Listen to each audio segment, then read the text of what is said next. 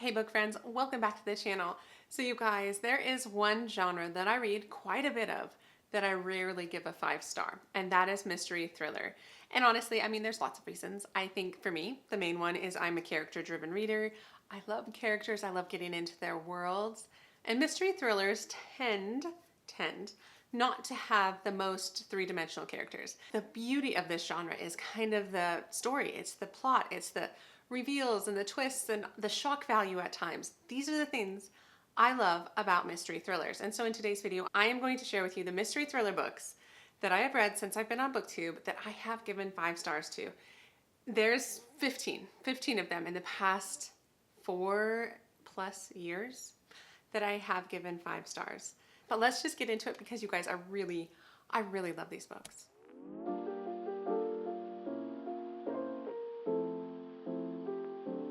So hi, my name is Angie. Welcome to the channel. Welcome back, all the things. So like I said, we're talking 5-star mystery thriller books today. You guys, I have some really good fast-paced thrillers, some really good kind of clever thrillers because that's a buzzword for me. I like when it's clever. So let's just hop in. I tried to kind of put these in groups, if you will.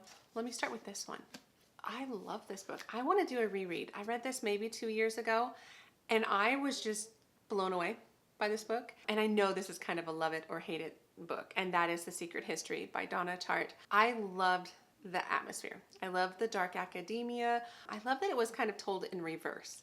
Like on page 1, you knew who died, and then it kind of went back in time and it talked about this friend group at Oxford, I think it was, New England college of some sort, where there was just so much prestige and privilege, and these kids and were part of the classics department, and they were in with the professor who just kind of like treats them like friends, and they kind of felt like untouchable, like they could do whatever they wanted. They were just really in high regard. And then our main character, I even forget his name, he was not that. Like he did not come from money, and he somehow managed to become part of this friend group, join this inner circle, if you will. And then things start happening, and how it goes down, it's just kind of terrible. They're really morally gray people, for sure. And you kind of watch it all unravel, and it was so very interesting.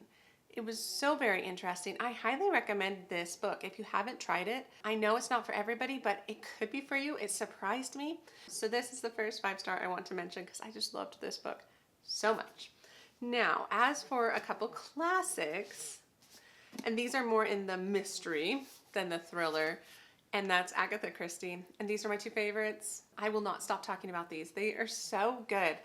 This is my favorite, probably, and Then There Were None by Agatha Christie, about an island, a group of people who are invited there, and then people start dying.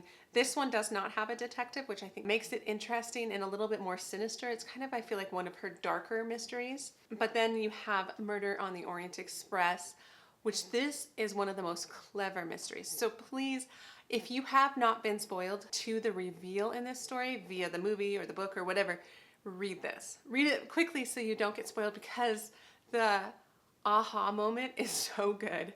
It's so good. So this is a Poirot book, and he's one of Agatha Christie's main detectives. He's snarky, he's kind of full of himself, and he's on this train where there has been a murder, and it's kind of a closed compartment kind of idea that there's only so many suspects that it could be. And you spend a lot of the time kind of in this almost interview stage. There's a nice map of like everybody's compartment on this train car, and I really liked it. I liked piecing it together. It is not fast paced. It's not like reveal. It isn't. It's more like him gathering clues and finding things, and you spending the time trying to see if you can solve it. It's just fun. The whole thing is fun to get to the end and see what the reveal is. So anyway, these 2 Agatha Christie's, they're so worth your time, even if you don't read any others. I love these both. 5-star. Okay, the only cozy mystery I have on here, because I don't really do cozy, so I'm just gonna give you this and then go past cozy, and that is The Thursday Murder Club by Richard Osman. I just finished reading the 3rd book, and I'm gonna read the 4th book soon. You guys, this is so much fun. This is an example of characters that just are so heartwarming and so interesting, and the dialogue between them makes the book. And this is about a group of friends, or they become friends kind of in this book, and they live in this retirement village. They're 70, 80 years old, something like that. And they start solving crimes. And it's just so much fun. And I hope you fall in love with these characters, but this by far was a 5-star series for me. So those are kind of some classic books and a bit of a cozy book as well. And now I want to get into probably my favorite subgenre of mystery thriller. And those are ones that have maybe sci-fi elements. They're just kind of clever and interesting. And the classic one, again, I hope you've just read this already, but if you haven't, put it up on your list because it is so good. And it's Dark Matter by Blake Crouch. So this has to do with this man who gets attacked in this bar and like kidnapped at the very beginning, in the very first chapter, right? And then he wakes up somewhere else and he realizes that he's kind of in a different time, or maybe a different version of his life, like a different dimension. All these things, you're just kind of like, what is going on? But it's so interesting, and he's trying to get back. He's trying to get back to like his wife and his life. And yes, it's science-y, but I think it's a very approachable science. So I highly recommend this book too. So 5 stars, so much fun. Okay, the next book I read fairly recently, and I have been talking nonstop about this on this channel, so bear with me if you've heard me talk about this, but I'm going to keep talking about it. And that is The Passage by Justin Cronin.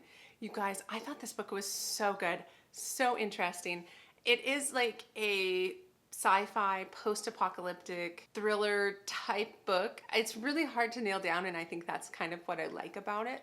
You start out following like this government project. It has to do with science and an unknown virus, and they're trying to fix something, and you're following that. And then you are also following this girl named Amy, who is special in some ways. You don't quite know why. And then everything kind of goes terribly. And the next 2 books, to my understanding, are trying to come back from these terrible things that society and the government and science kind of brought about. And Amy is the key to all of that. And you guys, it's so interesting. I really, really enjoyed it. I feel like my mind is trying to solve it, and it feels really clever. And I'm excited to pick up the next ones, but 5-star, hands down. Okay, the next book I also have raved about on this channel, and it was one of the first books I read when I started BookTube back in like spring of 2020, right? So that is this book. Again, another book that people could take or leave, and that's fair. I totally get it. It's The 7.5 Deaths of Evelyn Hardcastle by Stuart Turton. I think this book is so very clever. It is so very interesting. It's kind of a Groundhog's Day time looping situation where our main character, Aiden, he's a police detective, and he's brought in to the Hardcastle estate. There's a party. It's going to be Evelyn's birthday party or something like that. And he's there to solve a murder, but it hasn't quite happened yet. And the interesting part is that this day keeps starting over, but Aiden, our main character, embodies a different guest every day to try and piece it together. So you're definitely getting things in the wrong timeline. And I think that's really fun and interesting. And I have enjoyed every book I have read from Stuart Turton. This one's still probably my favorite though. So 5 stars for sure. Okay, now to get into a bigger stack over here. And these are thriller books. These are meant to be fast-paced, interesting plot line. Lots of times it's very clever. The reveal kind of took me by surprise. Something hooked me into these books that made them 5 stars for me. I would probably start with this book, which I'm not quite sure why I gave it away, but I tend to give away thriller books because I'm like, when am I ever going to read these again? But that book is The Woman in the Window by A.J. Finn. Okay, this book, it's been a while since I've read this book as well, but it still has stuck with me.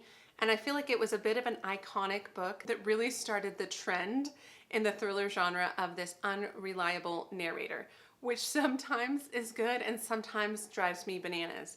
But in this book, I thought it went really well because our main character, she has, I think it's called agoraphobia or something, where she's fearful of going outside. She's fearful of like people and life and everything. So she is homebound. And it has to do with some tragedy in her past, okay, which we don't really know too much about, especially at the beginning. But then she starts to spy on her neighbors, right? She is watching the house across the street, and things are strange, and she's trying to put it together, and it looks very sinister, and she feels like she observed something. I can't remember if it was like a murder or something, and she feels like she needs to now take matters into her own hands. Also, which I think I forgot to mention, she's unreliable because she's an alcoholic. She drinks too much, she watches old movies, all these things. So then as the reader, you're questioning the validity of her account of the story, and it's just so good. It's well worth the read if you are curious about kind of that trope of the kind of that unreliable narrator, but it's really, really good. Another book that I read a while ago, but I really, really enjoyed, was the first Riley Sager I read, and I've read them all since then, and this is Lock Every Door by Riley Sager. Now, I thought this one was just creepy and very interesting. Like, I really wanted to know what happened, but I was so unsettled. But this has to do with our main character, who is really down on her luck. I can't remember if she lost her job, lost her boyfriend. She's like couch surfing.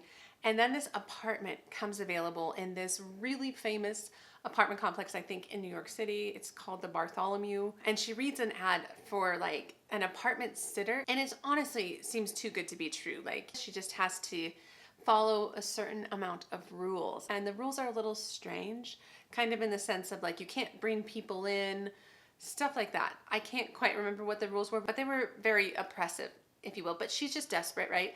And so she's like, yeah, of course, I'll be there. And so she enters this apartment. She starts living there. It's a little creepy. There's this creepy wallpaper. I remember that part, that this wallpaper was so creepy to her. And then she meets one of her fellow kind of tenants, somebody else who lives in the building, strikes up a friendship with her, and then that girl goes missing. And our main character is starting to get kind of the heebie-jeebies. Like, something's wrong. Where's her friend? Like, what's going on? I loved it. I thought it was really fun. So 5 stars for this one. And then I do have another Riley Sager on here that I really enjoyed, and I feel like some people don't like this one as much, but I thought it was really good. So this is Final Girls. And I feel like this premise is done a lot, but maybe this was my first reading of this premise. And it has to do with Final Girls. She cannot remember what happened the night her friends were murdered. Things start happening to some of the other Final Girls, and it appears that someone's targeting Final Girls. You guys, it was so good and creepy and like disturbing in that sort of like massacre of a bunch of people sort of disturbing way. Okay, here's another book I read recently and really, really, really liked.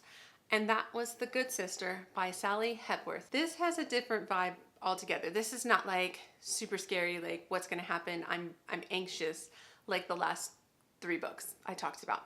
This is more like psychologically disturbing, which is interesting. I don't usually like psychological thrillers, but I loved the character of Fern in here. So this is about 2 sisters, Rose and Fern.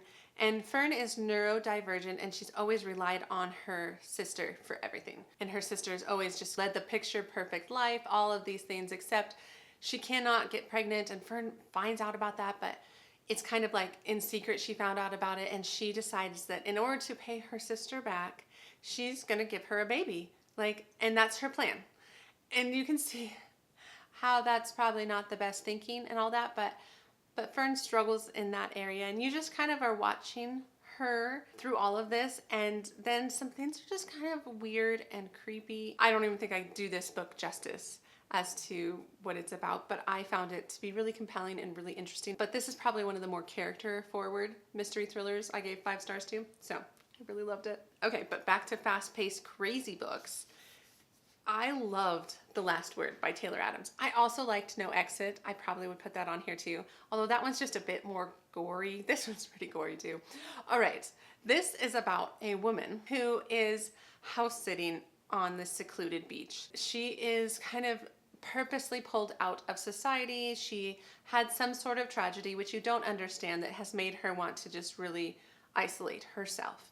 And so she's isolated, and her pastime, she likes to read like ebooks, and she read one that was just terrible. She gave it 1 star and gave it like a terrible review somewhere. I'm not sure, Amazon could read it. I don't know if it said, I can't remember.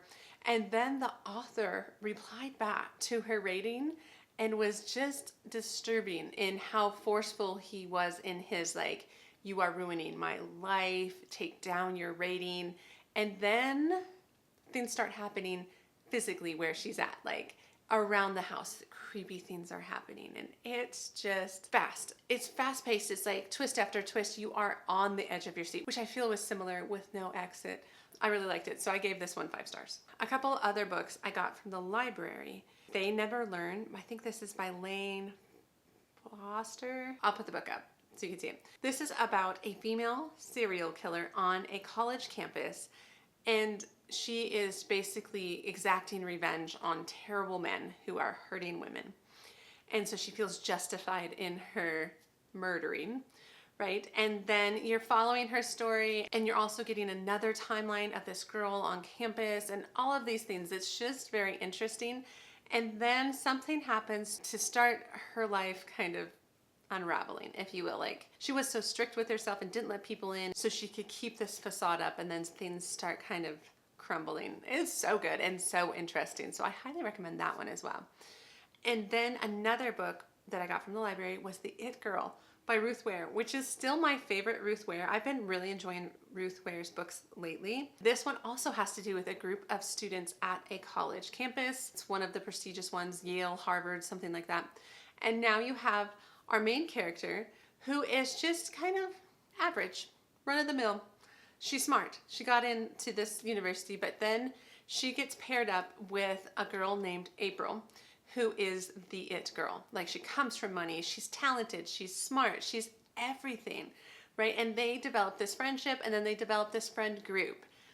And then one night she is found murdered.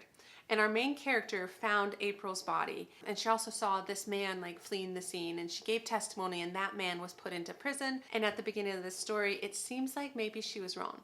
Maybe it wasn't that man, and then you kind of go back through it. What I really liked about this book was the main character. She was like pregnant and married and trying to settle down, and she has this past that she just can't let go of. But I just kind of felt maybe a little bit more like I related to her as a character. I'm not sure, but I really liked it, and so I loved The It Girl. All right, another book that I recently read and talked about in my summer favorites was this book. I loved this book. So this is First Lie Wins by Ashley Elston. Now, this kind of had a spy feel to it, which is kind of a buzzword for me. I enjoy those kinds of books.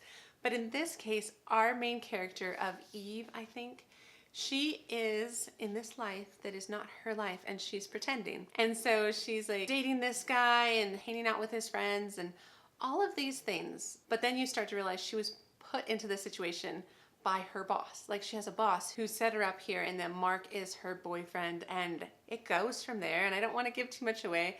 I feel like this takes a little time to get into, but it's worth it. It's worth the backstory to get to the end, and I just really enjoyed it. I thought it was a really fun book where you're just not sure if she's good guy, bad guy, morally gray. You just don't know, and it's really, really fun. All right, so those were the 5 stars, 15 5 stars. I do have 2 books on here that I originally gave 5 stars, but as I was making this list, I think they might be more of a 4-star read. The first is Broken Girls by Simone St. James. I really enjoyed this book, but I don't feel like I enjoyed it as much as some of the ones I've just talked about. But this book was more of like a historical thriller where you have this school for delinquent girls, basically, and our main character ends up there. I can't even remember how or why. I remember then she developed kind of a friend group, but then there is this scary person. I can't remember if it's like Mary or something like that, that everybody's afraid of. And there's some backstory there, and it was just clever. There was some cleverness in how everything was interwoven, and so I did really appreciate that, and it has made me try a lot of Simone St. James books, but this one by far has been my favorite. And then this book I read this past year, and I really enjoyed it, and I think I had an initial gut feeling of a 5-star, but I think it's more of a 4, 4.5. I enjoyed how it was told. I think that was probably my favorite part. So this has to do with a woman named Lena, who is an ex-movie star. She is going to like her private island in Greece for Easter, and she's inviting some friends, but then like they get cut off, the wind or something like that, and then there's a murder. So you have a narrator, which you're still not quite sure who the narrator is, but they're telling this story almost to the reader. You know, it breaks that fourth wall where it's kind of telling you like, you've heard this story before. Maybe I wasn't quite truthful in the last account. And so that is an interesting tactic, but I really just loved how it would circle back to the same setting, and it would tell it either from a different person's point of view or it would give more information that would make some things make more sense. And so it just kind of layer upon layer upon layer. And I enjoyed that. I think that just made this murder on this island just really fascinating, like super interesting as to what actually happened and who was responsible. So I loved it, but I don't know if it's 5-star material. Probably not, given the fact that I don't give out that many 5 stars in this genre. But this now comes to the point where I would love some recommendations. So as you see from what I have loved, let me know if you have any other books that you're like, you should definitely read this. It sounds right up your alley. I would love to hear that. But otherwise, let me know if you've read these books. Let me know if there's some of your favorites. Let me know if you're wanting to read them, all the things. But if you have nothing you necessarily want to say, but just want to let me know you were here, leave me a house emoji for the last word. Such a good book. And so otherwise, guys, that is what I have. If you liked the video, give it a thumbs up, subscribe to the channel if you want to, and you guys, I will see you in the next book video. All right, take care.